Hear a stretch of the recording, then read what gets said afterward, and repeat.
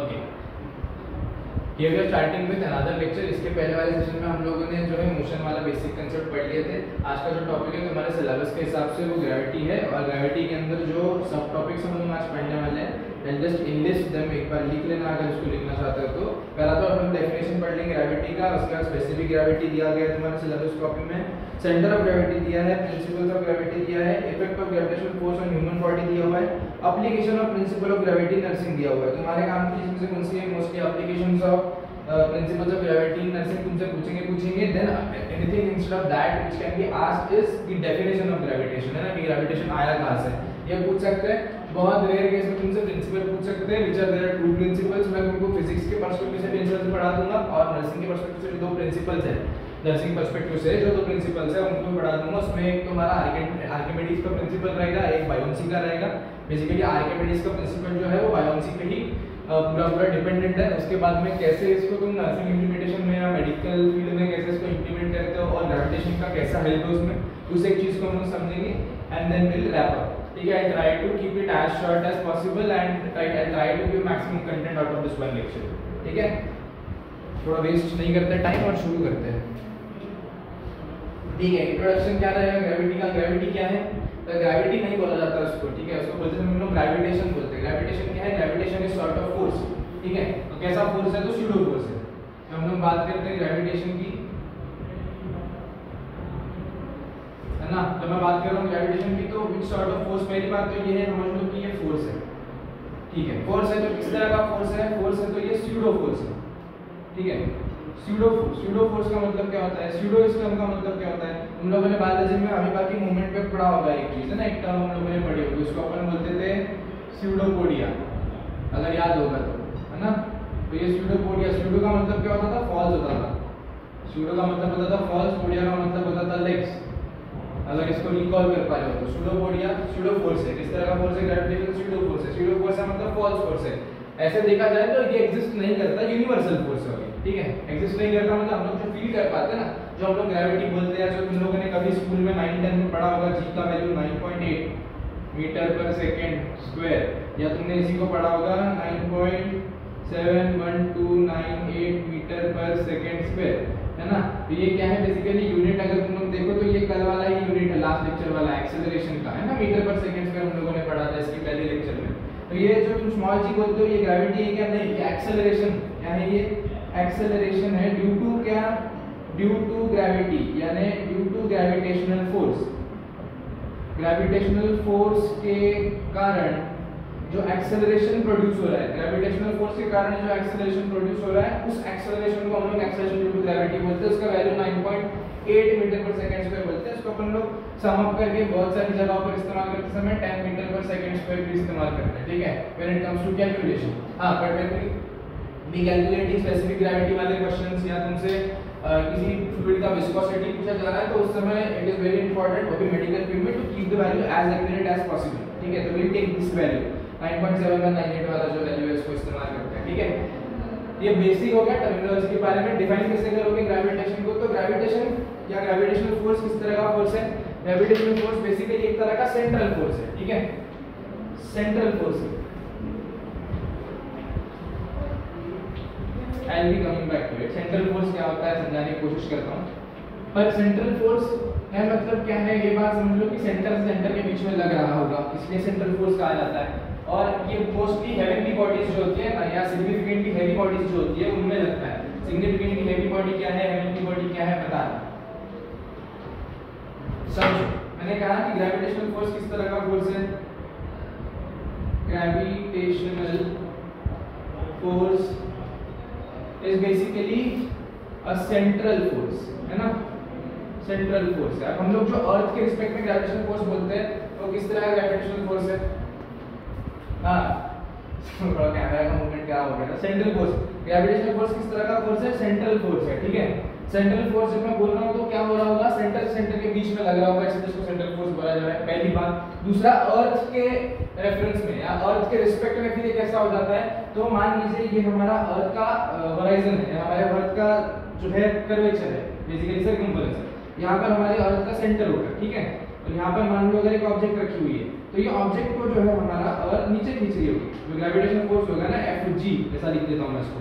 FG क्या कर रहा होगा, उसको नीचे खींच रहा होगा, कहां खींच रहा होगा, सेंटर की तरफ खींच रहा होगा। लेकिन किसको खींच रहा होगा, सिर्फ ऑब्जेक्ट को क्या, नहीं, बेसिकली ऑब्जेक्ट के सेंटर को, ऑब्जेक्ट के सेंटर के ऊपर। अगर इस ऑब्जेक्ट का नाम मैं A लिख दूं तो इस A ऑब्जेक्ट की सेंटर पे ये फोर्स लग रहा होगा, और ये जो A ऑब्जेक्ट सेंटर पे फोर्स लग रहा है वो कहां खींच रहा होगा, अर्थ की सेंटर के पास में खींच रहा होगा। इसलिए इसको कैसे कहा जाता है, सेंट्रल फोर्स कहा जाता है। दूसरा नाम क्या है इसका, इस ग्रेविटेशनल फोर्स का नाम क्या है, अगर पूरा नाम बोलूं तो इसका नाम है बच्चों यूनिवर्सल ग्रेविटेशनल फोर्स है ना, यूनिवर्सल ग्रेविटेशनल फोर्स है, नाम से समझ में आता है हमारा यूनिवर्सल है मतलब ये पूरे यूनिवर्स में एक्ट करेगा। पूरे यूनिवर्स में मतलब एक हमारे कितने मल्टीपल यूनिवर्सेस है, मल्टीपल यूनिवर्स में मल्टीपल गैलेक्सीज है, मल्टीपल गैलेक्सीज में there are 9 planets. each and every planet, each and every object which is there in the space, which is there in the universe, उस सब पे ये force act होगा, इसलिए इसको हम लोग यूनिवर्सल ग्रेविटेशनल फोर्स कहते हैं। ठीक है, फिर इसका एक फार्मूला दिया हुआ है। फार्मूला क्या है, फार्मूला होता है हमारा G m1m2 by d square। G m1m2 by d square क्या है, यहाँ पर G जो है इसको हम लोग बोलते हैं यूनिवर्सल ग्रेविटेशनल कांस्टेंट। क्या बोलते हैं इसको, यूनिवर्सल ग्रेविटेशनल कांस्टेंट। कांस्टेंट है मतलब ये एक वैल्यू जो है G की, ये सारे ही फार्मूलाज, मतलब सारे इसमें ग्रेविटेशन के सारे फार्मूलाज आएंगे, हम लोग जो भी कैलकुलेशंस करेंगे उस सब में जो है ये वैल्यू सेम रहेगी, कांस्टेंट रहेगी। ये कांस्टेंट है, ये एरर्स को जो है एलिमिनेट करने के लिए बनाया जाता है, तो इसको कांस्टेंट बोलते हैं। और नाम क्या है इसका, universal UGC, universal gravitational constant इसका नाम है। इसकी वैल्यू कितनी होती है सर, G की वैल्यू होती है अपनी 6.6732 × 10⁻⁻11 न्यूटन मीटर स्क्वायर पर kg स्क्वायर। ठीक है, 6.6732 × 10⁻⁻11 न्यूटन मीटर स्क्वायर पर kg स्क्वायर, -11 बोल रहा हूं मैं, 6.6732 × 10⁻⁻11 मतलब सोचो 0 के पहले कितना, 0.0000011 बार 6732, इतना छोटा वैल्यू है ये। पर ये एरर है, इतना एरर भी बहुत बड़ा प्रॉब्लम क्रिएट कर सकता है when it comes to calculation. तो ये तुम्हारे एग्जाम में इसको पूछा नहीं जाएगा, एकदम सरल सी बात है, लेकिन ये टॉपिक का पार्ट है ना, मैंने बता दिया है कि G का वैल्यू क्या होता है, 6.6732 × 10⁻⁻11 न्यूटन मीटर स्क्वायर पर kg स्क्वायर के बराबर होता है। अगली बात m1 m2 क्या है यहाँ पे, तो m1 होगा mass of first object, m1 क्या होगा, मास ऑफ फर्स्ट ऑब्जेक्ट का मास होगा m1। m2 क्या होगा, m2 होगा मास, मैं थोड़ा साफ कर देता हूँ, कंफ्यूजन हो जाएगा।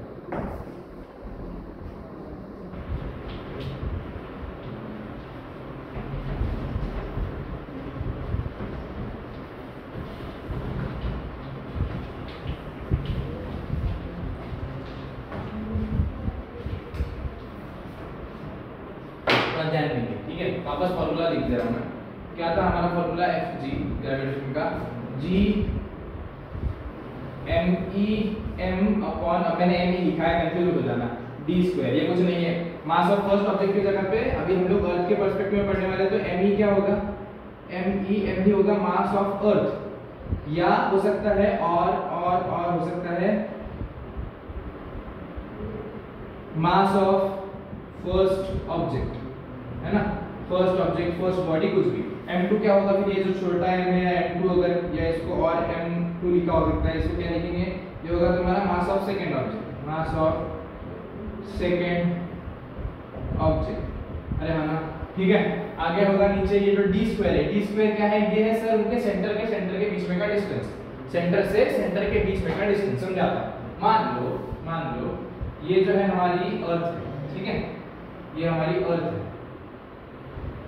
हाँ, ये अर्थ का सेंटर है, और यहाँ पर एक मून है अपना, ये मून का सेंटर है। अब मैंने जैसे बताया कि ये यूनिवर्सल फोर्स है, तो अगर ये यूनिवर्सल फोर्स है तो ये पूरे यूनिवर्स में एक्ट हो रहा होगा, यानी एक्ट हो रहा होगा मतलब क्या, पूरे यूनिवर्स में एप्लीकेबल होगा। तो इसका मतलब ये हमारी अर्थ और मून के अंदर भी एप्लीकेबल होगा। इसको अर्थ लिख देता हूँ, इसको मून लिख देता हूँ, अर्थ और मून में भी एप्लीकेबल होगा, यहाँ पे भी एग्जिस्ट करता होगा। अब कैसे एग्जिस्ट करता है, ये देखो ऐसा, सेंटर से सेंटर के बीच में, है ना, मून का सेंटर और अर्थ का सेंटर, तो सेंटर से सेंटर के बीच में का जो डिस्टेंस होगा उसको हम d बोलेंगे, तुमको दिया रहेगा, लाइट ईयर्स में हो सकता है, किलोमीटर में हो सकता है, तुमको सवाल आने नहीं वाला है, बट मैं बता, ओके, इसको d बोलेंगे, उसका स्क्वायर, d का स्क्वायर, है ना, d × d, d का स्क्वायर, ठीक है। और g का मैंने ऑलरेडी तुमको बता दिया, g क्या था हमारा, universal gravitational constant, universal gravitational constant, इसका वैल्यू क्या था 6.6732 × 10⁻⁻11 न्यूटन मीटर स्क्वायर पर केजी। ठीक है, किसी ने अगर पूछ लिया तुमसे। और अच्छा फोर्स का क्या यूनिट रहेगा? फोर्स का ग्रेविटेशनल फोर्स का यूनिट न्यूटन ही रहेगा बच्चों। ठीक है, न्यूटन, इसको न्यूटन लिखते हैं हम। फोर्स का जो यूनिट होता है वो न्यूटन होता है ना, न्यूटन ही होगा। इसे क्लियर, यहाँ तक क्लियर है? तो यह क्या हो गया? सेंट्रल फोर्स है, सेंटर से सेंटर के बीच में लगता है। अर्थ के रिस्पेक्टिव में क्या हो जाएगा? The force which is acted upon any object through और by the centre of the earth is called as gravitational force. ठीक है, अगर तुमसे ग्रेविटेशनल फोर्स का डेफिनेशन पूछता है तो क्या बोलोगे? The force acting on any object by center of the earth and towards the center of earth will be called as gravitational force। ठीक है, इसको टिक लेना। समझ में आया है क्या? तो g क्या हो गया, m क्या हो गया, मैंने बता दिया। मास ऑफ अर्थ होता है, स्मॉल m जो होता है वो तुम्हारा मास ऑफ सेकंड ऑब्जेक्ट होता है। यूनिवर्सल ग्रेविटेशनल कांस्टेंट g होता है फोर्स का, और फार्मूला इसका जो है वो तुम्हारा न्यूटन रहेगा। इसका जो फार्मूला रहेगा वो न्यूटन रहेगा। g का जो फार्मूला है कैपिटल G का वो तुम्हारा 6.2 newton metre square KG square रहेगा। क्लियर है यहाँ तक? है ना? तो सेंटर के बीच में लग सकता है। अब ये सिर्फ प्लैनेट्स में लगता है कि सर नहीं, ये हर जगह लगता है, बस इसका क्वांटिटी इतना निग्लिजिबल है कि हम लोग इसको फील नहीं कर पाते। मतलब एट प्रेजेंट मुझ में और ये जो कैमरा है उसके बीच में भी ये फोर्स होगा। द कैमरा का centre will be trying to pull me towards it, है ना, and my centre of my body will be trying to pull that camera towards me. But because मेरा और उस कैमरा का मास इतना छोटा है ना, ये जो मास वाला टर्म इतना छोटा है, हम लोग का डिस्टेंस इतना कम है कि वो फोर्स जो रहेगा वो बहुत निग्लिजिबल रहेगा, ऑलमोस्ट नन के बराबर रहेगा। इसलिए कोई भी तरह का अट्रैक्शन तुमको दिखाई नहीं देगा। हाँ, acceleration due to gravity is a different thing. वो तो इतनी बड़ी अर्थ मेरे जैसे एक दूसरे ऑब्जेक्ट के ऊपर फोर्स लगाएगी, इसलिए मैं नीचे खिला हुआ है ना, नीचे जुड़ा हुआ। समझ में आ जाएगा बात? के बहुत फिजिक्स में घुसने की जरूरत नहीं है, तुम लोगों को पेपर में सवाल लिखते आना चाहिए, ये इंपॉर्टेंट है। This is a very detailed concept. अगर मैं उसको पूरा तरीके से पढ़ाने जाऊं तो it will take almost 1.5 hour just to teach this course. इसके बहुत सारे कंडीशंस हैं कि वो पॉइंट ऑफ मासेस होने चाहिए, है ना, हेवनली बॉडी होनी चाहिए, सिग्निफिकेंटली हेवी बॉडी होनी चाहिए। There are lots of points in this, but वो हम लोगों के एग्जाम में पूछने नहीं वाले। हम लोगों को जो रहेगा मैक्सिमम पार्ट नर्सिंग इंप्लीमेंटेशन के पूछेंगे। बहुत तो तुम लोगों से इसके जो क्या कहते हैं उसको एप्लीकेशंस है या प्रिंसिपल्स है, प्रिंसिपल्स ऑफ ग्रेविटेशन जो है वो पूछेगा, है ना। यहाँ तक क्लियर है तो उसको लिख लो, मैं फिर लोग आगे बढ़ते हैं।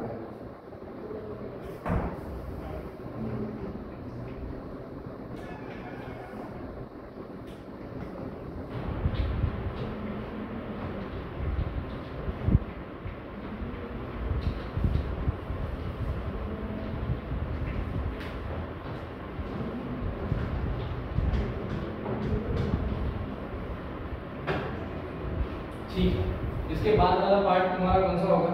इसके बाद वाला तुम्हारा जो पार्ट होगा वो होगा स्पेसिफिक ग्रेविटी। एक छोटा कंसेप्ट है और ये एक्चुअली इंपॉर्टेंट कंसेप्ट है क्योंकि तुम्हारे सिलेबस कॉपी में इसको एक सब टॉपिक मेंशन किया हुआ है ना। तो स्पेसिफिक ग्रेविटी की बात करते हैं हम लोग।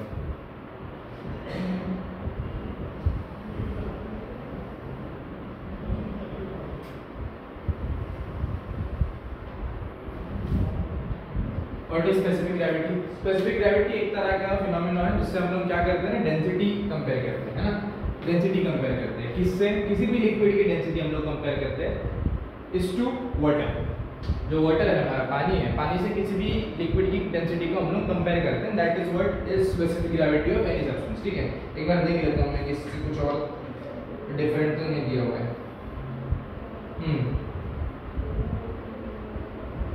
तो कैसे डिफाइन करोगे इसको? फिर तुम इसको डिफाइन करते हैं specific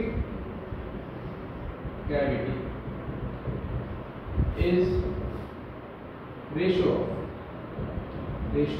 of density of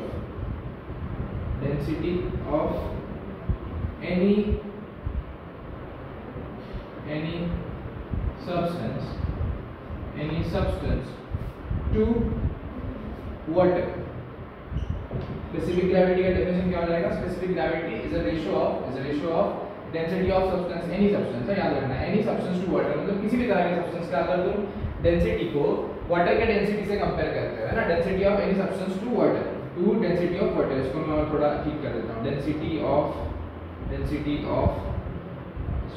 water, density of water, है ना, किसी भी तरह के सब्सटेंस की डेंसिटी को अगर तुम वाटर की डेंसिटी से कंपेयर करोगे तो क्या मिलेगा, तुमको स्पेसिफिक डेंसिटी मिल जाएगा। ठीक है, क्लियर करने वाली बात देखो, थोड़ा सा ध्यान देना इस चीज को, इस पे थोड़ा ध्यान देना। क्या फार्मूला आ जाएगा, इसका फार्मूला क्या आ जाएगा, मैं पूछता हूँ स्पेसिफिक ग्रेविटी क्या है, what will be formula, specific gravity का फार्मूला होगा तुम्हारा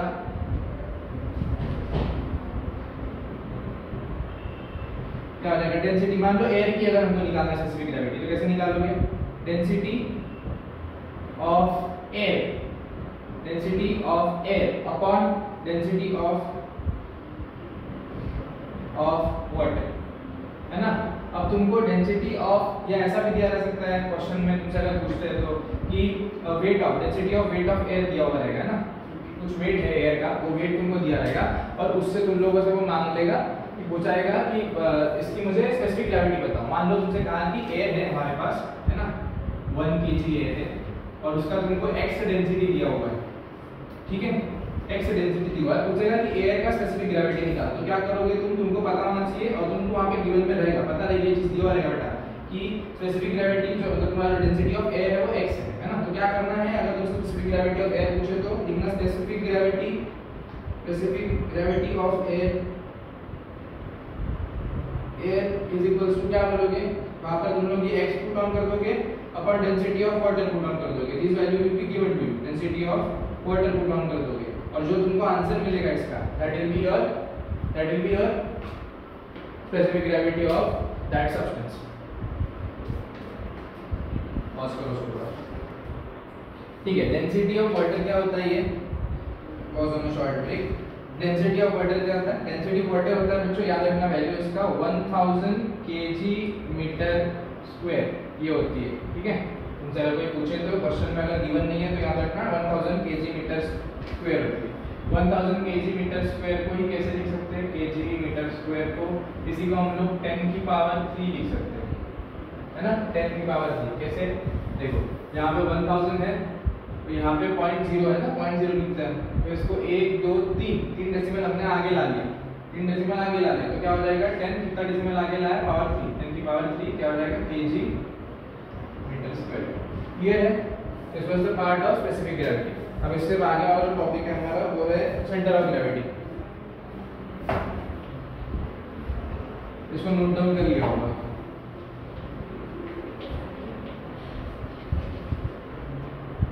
ठीक है, जो फॉर्मूला मैंने तुम लोगों को स्पेसिफिक ग्रेविटी के लिए पहले बताया वो फिजिक्स के नॉर्म्स के हिसाब से, ठीक है, तुम्हारे सिलेबस के हिसाब से। There is also this one formula which I found out in the book, तो इसको भी एक बार समझ लो। अगर तुमसे पूछता है स्पेसिफिक ग्रेविटी क्या रहेगा तो क्या करना बच्चों, तुमको मान लो एक x ऑब्जेक्ट दिया हुआ है ना, तो तुमको उस x ऑब्जेक्ट का वेट पहले एयर में चेक करना है, एयर में मतलब नॉर्मल एनवायरनमेंट में जो हमारे है उसमें चेक करना है और फिर उतने ही वेट के वॉल्यूम का वाटर लेना है, ठीक है। तो मान लीजिए कि हमने एक सिलेंडर लिया इस तरह का, ठीक है, इस तरह का बिल्कुल का सिलेंडर और इस सिलेंडर का जो वेट था वो है 100 kg, है ना। अब ये 100 kg वेट का वॉल्यूम निकालना पड़ेगा तुमको, 100 kg का तुमको मालूम पड़ेगा weight of object in air है, इन एयर कितना आया 100 kg आया, ठीक है। 100 kg ले लिया पहले ऊपर वाले फॉर्मूला, उसके बाद में नीचे क्या लोगे, नीचे weight of equal volume of water. अब इसका जितना होगा वॉल्यूम उतना वाटर लेना है। कैसे निकालोगे इसका वॉल्यूम कितना होगा, ये टी का कैन लेंगे, एक पानी वाली बकेट में डालेंगे, एक बड़ा बकेट इनको लेना पड़ेगा, ठीक है, एक बड़ा टब लेंगे, एक बकेट लेंगे, बकेट में पूरा पानी भरा हुआ होना चाहिए, ठीक है। Now what will do, you will take that cylinder and will drown it, उसको ऐसे डुबाना है वो बकेट में, तो नीचे वाले टब में इसको जब डुबाओगे तो पानी नीचे गिरेगा बकेट से। समझ में आ रहा है कि मैं क्या बोल रहा हूँ, हमने एक बड़ा टब लिया, टब के अंदर एक बकेट फुल ऑफ वाटर रखा, पूरा भरा हुआ बकेट लगा पानी का, उसमें तुमने ये सिलेंडर जो है तुम्हारा, ये जो सिलेंडर है इसको डुबा दिया, डुबाए तो क्या होगा, पानी जो है गिरेगा, बकेट फुल है उसमें से पानी डिस्पेस हो जाएगा, डिस्पेस होकर पानी कहाँ जमा होगा, नीचे वाले टब में होगा। अब उस टब वाले पानी को गिन लेना है कितना वॉल्यूम है, एक है ना फ्लास्क जो होता है हमारा, है ना, मेजरिंग कप जो होता है उसमें गिन लेंगे उसको कितना वॉल्यूम हो रहा है, और उस वॉल्यूम मान लो अगर मान लो कि 80 ml हो रहा है तो उस 80 ml इसको यहाँ पे लिख देंगे और फिर इसको डिवाइड कर लेंगे। अरे हाँ ना, समझ में आ रहा है, तो कितना हो जाएगा 1.2 जो होगी वो क्या होगी तुम्हारी स्पेसिफिक ग्रेविटी हो जाएगी, है ना। 1.2 क्या हो जाएगी, स्पेसिफिक ग्रेविटी हो जाएगी। और स्पेसिफिक ग्रेविटी कैसा है बच्चों, यूनिटलेस क्वांटिटी। कैसी क्वांटिटी है, यूनिटलेस क्वांटिटी, है ना। कैसी क्वांटिटी है, यूनिटलेस क्वांटिटी। इतना याद रखना, ठीक है। यहाँ तक क्लियर है। अब अगला जो पार्ट है इसमें का वो हम लोग को पढ़ना है, वो है तुम्हारा सेंटर ऑफ ग्रेविटी, ठीक है। सेंटर ऑफ ग्रेविटी क्या होता है, centre of gravity is nothing but centre of mass. अरे हाँ है ना, सेंटर ऑफ मास क्या होता है, सेंटर ऑफ मास वो जगह होता है बॉडी का जहाँ पे whole mass of the body is concentrated, ठीक है। मैं बता दे रहा हूँ, डिफाइन कर दे रहा हूँ।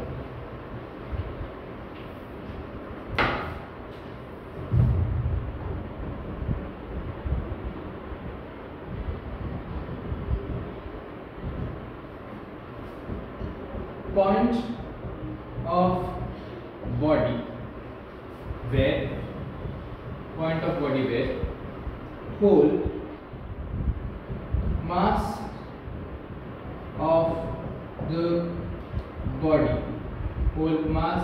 the body is concentrated। जानेंगे क्या हो गया इसका मतलब, है ना। What do you understand out of this? इससे क्या समझ में आ रहा है। मान लो कि तुम्हारे पास एक तरह का ऐसा एक सर्कल, ठीक है। सर्कल का सेंटर ये एक पॉइंट है, सर्कल का ये सेंटर वाला पॉइंट। अब ये सेंटर वाले पॉइंट पे क्या होगा, इस पूरे ऑब्जेक्ट का जो पूरा मास है ना, इस एक पॉइंट पे होगा। समझ में आ रहा है क्या। अगर मैं इस पेन को लेता हूँ और इस पेन को मैं बैलेंस कराने की कोशिश करता हूँ, ठीक है, तो ये यहाँ पर बैलेंस होगा क्या, नहीं गिर जाएगा, है ना, ऐसा गिर रहा है। पर अगर मैं इसको एक स्पेसिफिक पॉइंट पे रखता हूँ, मान लो किसी एक जगह पे रखता हूँ, इसके बाद ढूंढना पड़ेगा, but if you put it on specific point तो ये बैलेंस कर जाएगा, ठीक है। यू कैन ट्राई इट, क्यों नहीं राइट, समझ रहे हो। पर एक पॉइंट पे जब तुम उसको लाके रखोगे तो ये बैलेंस कर जाएगा। वो पॉइंट क्या होगा, वो पॉइंट तुम्हारा सेंटर ऑफ ग्रेविटी होगा। समझ में आ रहा है, जहाँ पे पूरा इस पर्टिकुलर ऑब्जेक्ट का पूरा मास एक इस पॉइंट पे कंसंट्रेटेड है। तो if you manage to find out that point, तुमको समझ में आ जाएगा कि इस पॉइंट पे क्या हो रहा होगा, बॉडी का पूरा मास जो है वो कंसंट्रेटेड होगा, है ना। और इसी पॉइंट को तुम लोग क्या कह सकते हो, इसी पॉइंट को हम लोग सेंटर ऑफ ग्रेविटी कह सकते हैं। क्लियर हो रहा है क्या। इस पर्टिकुलर पॉइंट पे पूरे बॉडी का जो मास है, उस पूरे बॉडी का, इस पूरे पेन का जो मास है वो इस पॉइंट पे कंसंट्रेटेड है। कंसंट्रेट होगा मतलब, कंसंट्रेट होना मतलब क्या, जमा हो जाना, एक पर्टिकुलर पॉइंट पे जमा हो चुका है, उस पॉइंट को तुम लोग सेंटर ऑफ ग्रेविटी कहते हैं। क्लियर हो जाएगा। अरे है ना, है ना। तो क्या बोला मैंने, point of body, point of body where whole mass of the body, whole mass मतलब उसका पूरा वजन जो है, उसका पूरा मास जो है उस एक पर्टिकुलर पॉइंट पे कंसंट्रेटेड है, और उस पॉइंट को हम लोग क्या कहोगे, उसको तुम सेंटर ऑफ ग्रेविटी कहोगे, उस पॉइंट को सेंटर ऑफ ग्रेविटी करोगे। समझ में आ गई के बाद, क्लियर हो रही है ये चीज। बड़ा आगे बढ़ते हैं इसमें, ठीक है।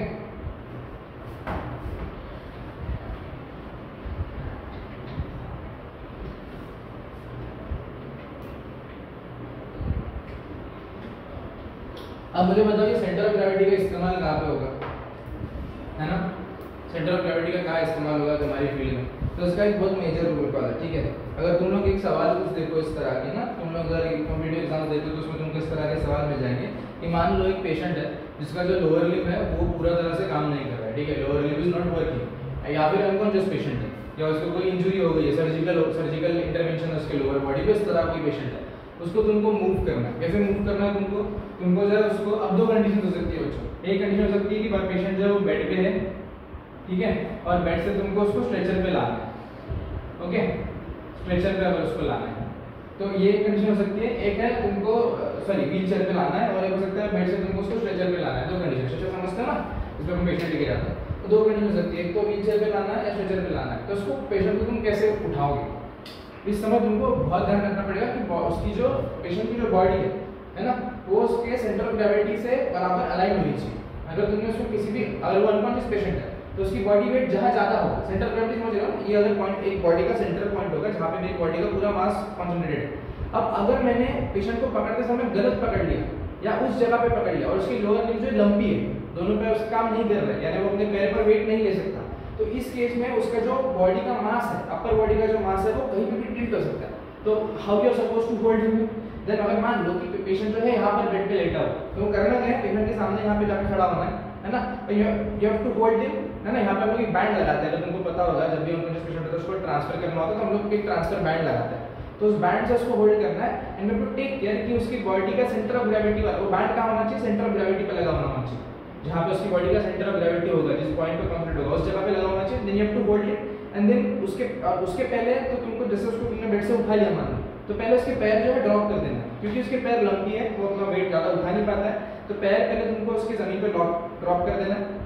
जैसे तुम्हारे उसके पैर ड्रॉप कर दिया, फिर उसको बेड से पकड़ना, then you have to hold it and put him on the stretcher, है ना। बट यहाँ पे ऐसी बहुत सारी ट्रांसफर वाली जगहों पे या पेशेंट हैंडल करते समय या इवन ट्रैक्शन लगाते समय, जब हम लोग ट्रैक्शन लगाते हैं उस समय पे भी तुम लोगों को ये सेंटर ऑफ ग्रेविटी का बहुत इंपॉर्टेंट रोल कर रहेगा। ये रही एक चीज, ठीक है। तो याद रखना, अगर किसी ने तुमसे पूछ लिया कि कहाँ का इम्प्लीमेंटेशन है ना, तो ट्रांसफर करते समय, पेशेंट को ट्रांसफर करते समय इसका इम्प्लीमेंटेशन रहेगा। उसके बाद में ट्रैक्शन लगा रहे हो, ट्रैक्शन लगा रहे हो तो उस समय इसका एक इंपॉर्टेंस रहेगा।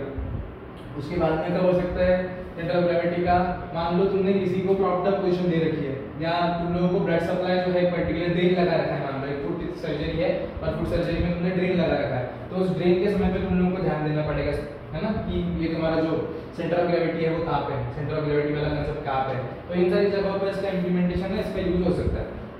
अगली कहानी क्या है, मैं थोड़ा सा और एप्लीकेशंस को डिटेल में डिस्कस करने की कोशिश करूंगा लेटर स्टेजेस में, लेटर लेक्चर में, लेकिन अभी इसको इस तरह से समझो। अगला टॉपिक है अपना principles of gravity, right.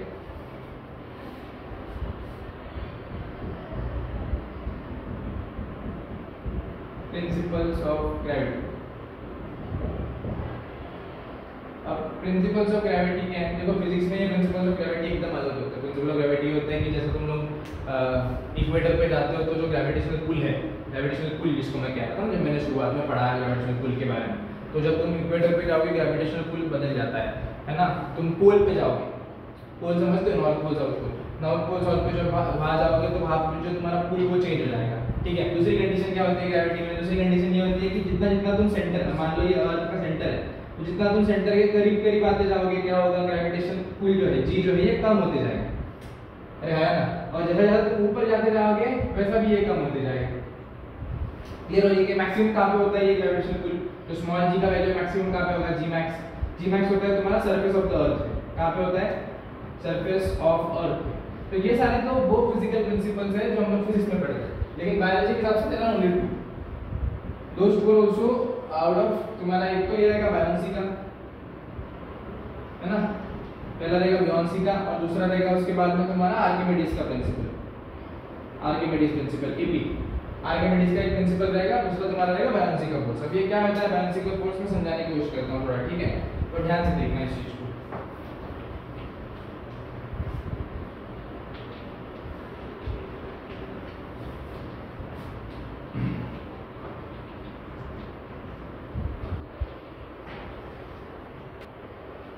Okay, कहाँ पे हम लोग बायोन्सी पे, है ना, बायोन्सी के फोर्स को पढ़ने वाले हम लोग, ठीक है। मैं समझा दे रहा हूँ थोड़ा सा इसको, या इसी को तुम लोग दूसरी तरह से बोलो तो बियॉन्ड फोर्स भी बोलते हैं, ठीक है, बियॉन्ड फोर्स भी बोलते हैं। ये क्या है, ये फोर्स ऐसा है बच्चों कि मान लो ये हमारा पानी, ठीक है। अब पानी के ऊपर से अगर कोई मैं इस पे ऑब्जेक्ट रख दूं तो नीचे जो लग रहा होगा वो होगा तुम्हारा ग्रेविटेशनल फोर्स, है ना। और इसी फोर्स के इक्वल और अपोजिट अमाउंट में जो फोर्स पानी लगाएगा ऑब्जेक्ट के ऊपर उसको हम लोग जो बोलते हैं वो तुम्हारा बियॉन्ड फोर्स होता है, ठीक है। समझ में आ रहा है क्या, इक्वल और अपोजिट जो फोर्स होता है उसी को अपन क्या बोलते हैं, बियॉन्ड फोर्स बोलते हैं। समझ में आ रहा है क्या, देखो कभी तुम लोग पानी में तैर रहे हो तो तुमको समझ में आएगी बात कि जब भी लोग पानी में जाते हैं तो कभी आपने डूबेगा नहीं पानी, ठीक है। पानी में कभी आपने डूबेगा नहीं, डेफिनेटली उसके अंदर पानी भर नहीं जाता, ड्राउनिंग वाली कंडीशन नहीं आती है ना, ड्राउनिंग जो होती है ड्राउनिंग वाली कंडीशन नहीं आती। पानी क्या करता है, पानी अपने आप उस ऑब्जेक्ट को ऊपर फेंकता है। So once if any object is going into the water और in the deep seas, certain time के बाद वो ऊपर आएगा, ये फिक्स है बात, कभी ना कभी वो ऊपर आएगा वापस। तो पानी, अगर तुम ऑब्जेक्ट पानी, मान लो तुम एक आदमी एज ए पर्सन अगर तुम पानी के अंदर हो तो जितना फोर्स तुम्हारी बॉडी ग्रेविटेशन के दौरान, है ना, जितना फोर्स तुम्हारी बॉडी ग्रेविटेशन के द्वारा नीचे लगाई होगी, by the means of gravitation जितना फोर्स तुम्हारी बॉडी नीचे लगाई होगी उतना ही same equal amount of force जो है पानी तुमको ऊपर धकेलने में लगा रहा है।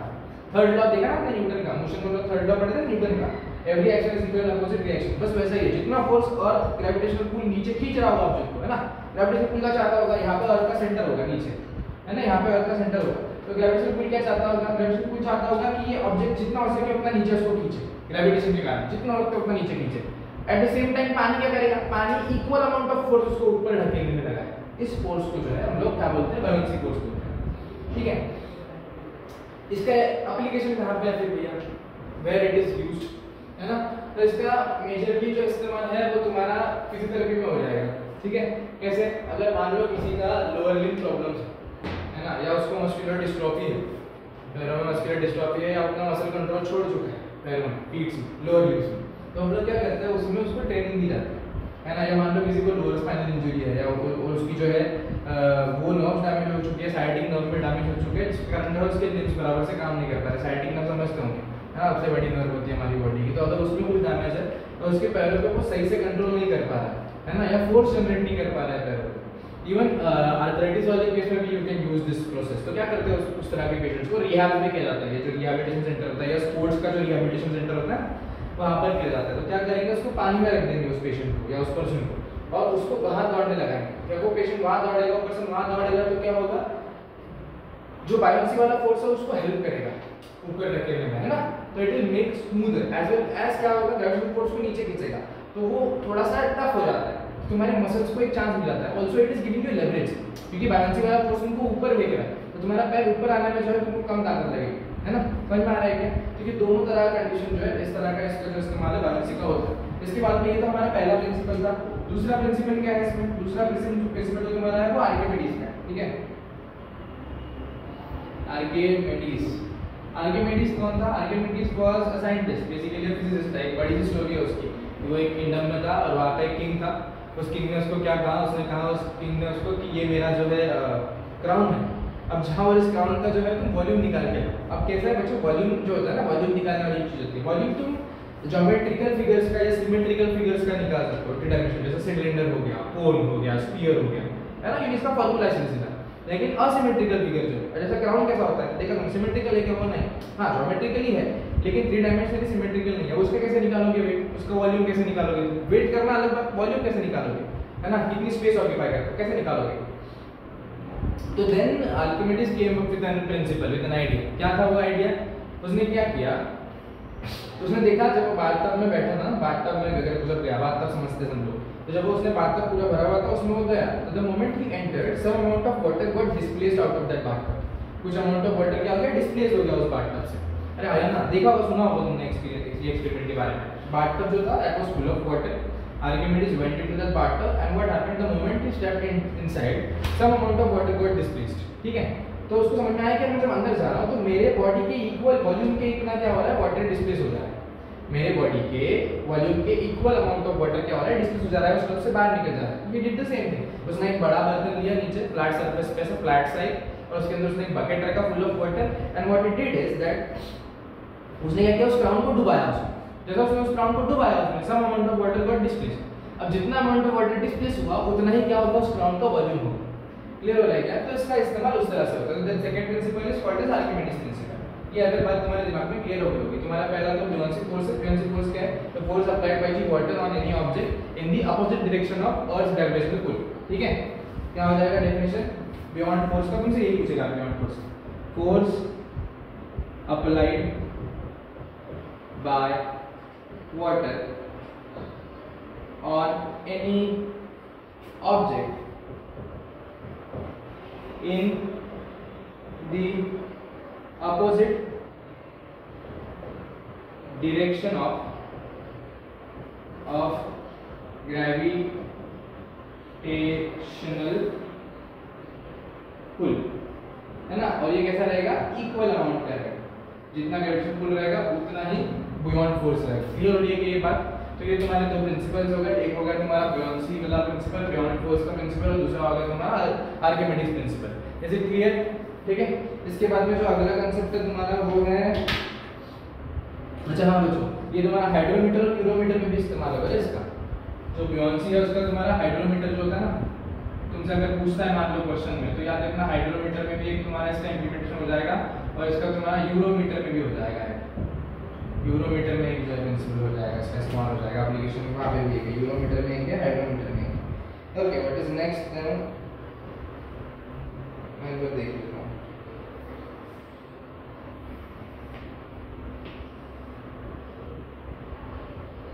Effect of gravitational force in human body, centre of gravity पढ़ा दिया मैंने, प्रेशर ऑफ ग्रेविटी पढ़ा दिया। Application of principles of gravity in nursing. Applications क्या है नर्सिंग में?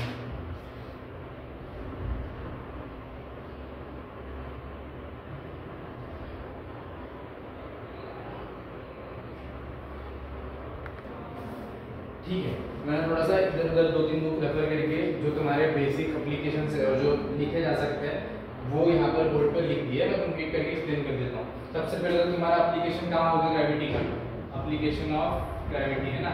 सबसे पहला एप्लीकेशन कहाँ आ जाएगा बच्चों? पहला आ जाएगा आईवी फ्लूइड्स। आईवी फ्लूइड्स में कैसे इस्तेमाल हो रहा है देखो, अगर अभी कोई भी आईवी फ्लूइड, अगर हमारा ये आईवी कैन्युला है, मान लो अगर this is how it looks, ठीक है, तो अगर ग्रेविटी नहीं होगा तो इसमें जो है प्रेशर क्रिएट नहीं होगा। क्लियर हो रहा है क्या? अगर ग्रेविटी नहीं होगा तो इसमें प्रेशर क्रिएट नहीं होगा। This is the most simplest thing. बाकी आगे से रेड वाला जो है वो नहीं दिखाई दे रहा है, विजिबल नहीं है, तो मैं कोशिश करता हूँ इससे बनाने। आईवी फ्लूइड की बात कर रहा था मैं ना, मुझे जो कैन्युला होती है बच्चों, है ना, या जो आईवी ट्यूब होता है, तो उसमें कैसी चीज है देखो, अगर प्रेशर नहीं बनेगा, प्रेशर कैसे बनेगा? प्रेशर बनता है एक फोर्स है जिसको हम लोग बोलते हैं हाइड्रोस्टैटिक फोर्स, है ना, या हाइड्रोलिक फोर्स। हाइड्रोलिक फोर्स है ना, हाइड्रोलिक जिसको तुमने सुना भी होगा। तो हाइड्रोलिक फोर्स कैसे बनता है? ये वैकेंट स्पेस से बनता है, ग्रेविटी से बनता है। अगर ग्रेविटी नहीं होगी तो फ्लूइड जा पाएगा क्या? फ्लूइड नहीं जा पाएगा। तो आईवी फ्लूइड्स में किसका इंपॉर्टेंट है? सर्कुलेटरी डिसऑर्डर्स में, है ना। सर्कुलेटरी डिसऑर्डर्स जो होते हैं ना, मान लो अगर किसी पेशेंट के अंदर क्या है, ब्लड पंप नहीं हो पा रहा है सही से, या सर्कुलेटरी डिसऑर्डर्स में तुम्हारा ये भी आ जाएगा कार्डियक कंजेस्टिव कार्डियक फेलियर, है ना। कंजेस्टिव कार्डियक फेलियर में this is one of the most prominent anomalies, है ना, मतलब एक एनोमली है तो प्रोमिनेंट है उसमें से। क्या होता है?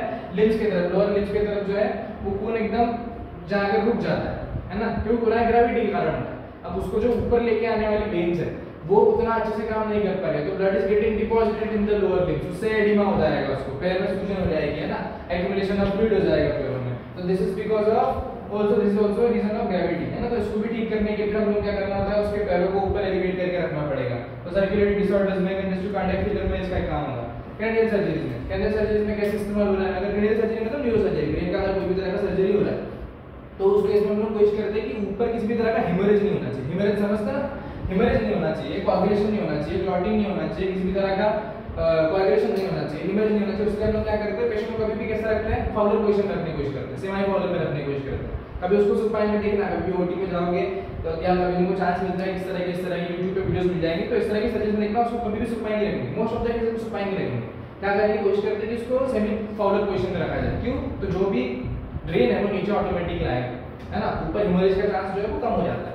उसके बाद में रिब रिसेक्शन जो होता है, रिब रिसेक्शन में क्या हो जाएगा? तुम्हारा जो प्लूरल है, पल्मोनरी है, पल्मोनरी फ्लूइड होगा, यहाँ पे ड्रेनेज होगा, उसका रिब सर्जरी अगर हुआ है, उस केस में क्या करते हैं? उस केस में हम लोग उसको कोशिश करते हैं कि सेमी फाउलर में रखें। क्यों? तो ड्रेनेज जो भी है वो नीचे अपने आप आता है ना, जो भी ड्रेनेज है या जो भी तरह का फॉल्स एक्यूमुलेशन है वो सारा नीचे तरफ जाए, इसलिए हम लोग क्या करते हैं? रिब रिसेक्शन में भी क्या करते हैं? उसको सेमी फाउलर देने की कोशिश करते हैं। तो यहाँ पे भी ग्रेविटी है, यहाँ पे भी ग्रेविटी वाला केस, हम लोग विद द ग्रेविटी ही जो है ड्रेन का काम कर रहे हैं, उसके अंदर से पंप लगाने की जरूरत नहीं पड़ती। समझ में आ रहा है?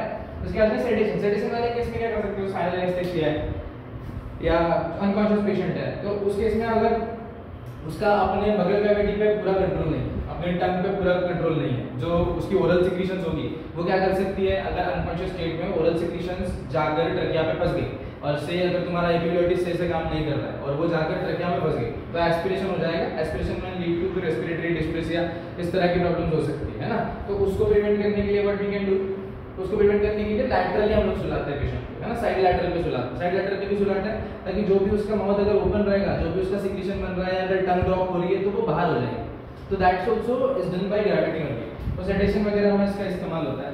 और देखो कहां होता है? इरिथ्रोसाइट सेडिमेंटेशन, इसको ना ईएसआर बोलते हैं, ईएसआर। तो इसमें अपन लोग प्लाज्मा और आरबीसी के बीच में का, सेल के बीच में का जो है गैप देखते हैं। तो ये स्पेसिफिकली ग्रेविटी से होता है। ये टेस्ट होती है, डायग्नोस्टिक फाइंडिंग है, डायग्नोस्टिक मोडालिटी एक तरह का, डायग्नोस्टिक मोडालिटी एक तरह का, है ना। तो ये तो बिल्कुल ये सारा जो है ग्रेविटी के ऊपर से होता है। पोस्चरल ड्रेनेज में तुमको अभी बताया, पोस्चरल ड्रेनेज मतलब क्या? किसी तरह का ड्रेनेज अगर लगा हुआ है ना, कोई भी तरह का थोरैसिक सर्जरी अगर हो रखा है पेशेंट में, तो वहां पे तुम लोगों को ये पोस्चरल ड्रेनेज में आ जाएगा काम में। उसके बाद में रेडिकल मैसेक्टॉमी, रेडिकल मैसेक्टॉमी में समझते हैं, ब्रेस्ट सर्जरी अगर हुआ है, मैसेक्टॉमी हुआ है, रेडिकल मैसेक्टॉमी हुआ है, तो यहाँ पे आर्म्स में लम्स हो सकते हैं, लिम्फ ड्रेनेज होता है, तो इसको लोग क्या करते हैं? आर्म को एलिवेट करके रखते हैं, आर्म को एलिवेट करके रखते हैं ताकि जो भी लिम्फेटिक ड्रेनेज होगा वो निकल जाए। समझ में आ रही है चीज? तो ये कुछ बेसिक एप्लीकेशंस है जो तुम लोगों को पूछे जा सकते हैं। इस पर क्वेश्चन भी आ सकता है, तो ये बेसिकली तुम्हारा ग्रेविटी का जो है पूरा पार्ट यहाँ पर खत्म हो जाता है। नेक्स्ट चैप्टर में विल ट्राई कि हम लोग कौन सा यूनिट कर सकते हैं अगला। तो ग्रेविटी तो यहाँ पे खत्म हो जाता है, application of principle of gravity. हम लोग इसका फोर्स वर्क एंड एनर्जीज कर सकते हैं शुरू, ठीक है। फोर्स वर्क एनर्जी हम लोग शुरू करेंगे इसके बाद वाला। एक बार इसको वापस देख लो, आईवी फ्लूइड कैसे बताया मैंने उसके बारे में। Circulatory solvent congestive cardiac failure, lower limbs में एडिमा बन सकता है, व्हाट फ्लूइड एक्यूमुलेशन हो सकता है। करियर सर्जरी में हम लोग क्या है, ड्रेन को या हेमोरेज को प्रिवेंट करने के लिए उसको सेमी फॉलो पोजीशन में रखते हैं। उसके बाद में रिसेक्शन में भी मैंने बताया कि जो भी थोरेसिक ड्रेनेज होगा या पल्मोनरी ड्रेनेज होगा उसके लिए क्या करते हैं हम लोग उसको सेमी फॉलो में रखते हैं ताकि जो भी ड्रेन है वो सारा नीचे निकल जाए with the help of gravity only. Sedation का मैंने बताया, सेडेशन के केस में पेशेंट अनकॉन्शियस होगा तो उसका जो भी ओरल फ्लूइड रहेगा या ओरल सिक्रीशंस रहेगी वो क्या कर सकती है, इंगल्फ करके या टंग रोल डाउन होके वो करके क्या हो सकता है, वो अपने जो ट्रकिया है उसको ब्लॉक कर सकता है या एस्पिरेशन हो सकता है। उस एस्पिरेशन से प्रिवेंट करने के लिए फिर हम लोग क्या करते हैं, उसको साइड लैटरल में देते हैं और उसी तरह से उसका जो माउथ से ओरल सिक्रीशंस होंगे वो जो है ड्रेन हो जाएंगे।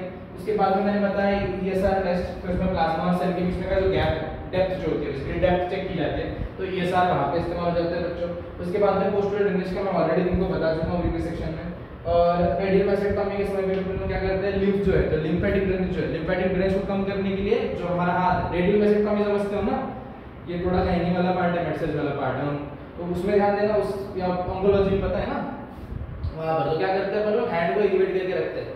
क्यों रखते हैं ऐसा, ताकि जो भी लिम्फेटिक ड्रेनेज होगा या लिम्फ में से जो भी एक्सेसिव ड्रेनेज होगा वो सारा ऑटोमेटिकली ग्रेविटेशनली नीचे आ जाए। क्लियर है? This is the end of the part of gravitation. इसके बाद वाले चैप्टर में, इसके बाद वाले सेशन में I try to cover energy work यानी वर्क एनर्जी पावर, जिसको हम लोग बोलते हैं डब्ल्यूईपी, वो वाला यूनिट खत्म करने का। उसमें क्या क्या नर्सिंग इम्प्लीमेंटेशन है उसको चेक करने का, ठीक है। Okay that's it.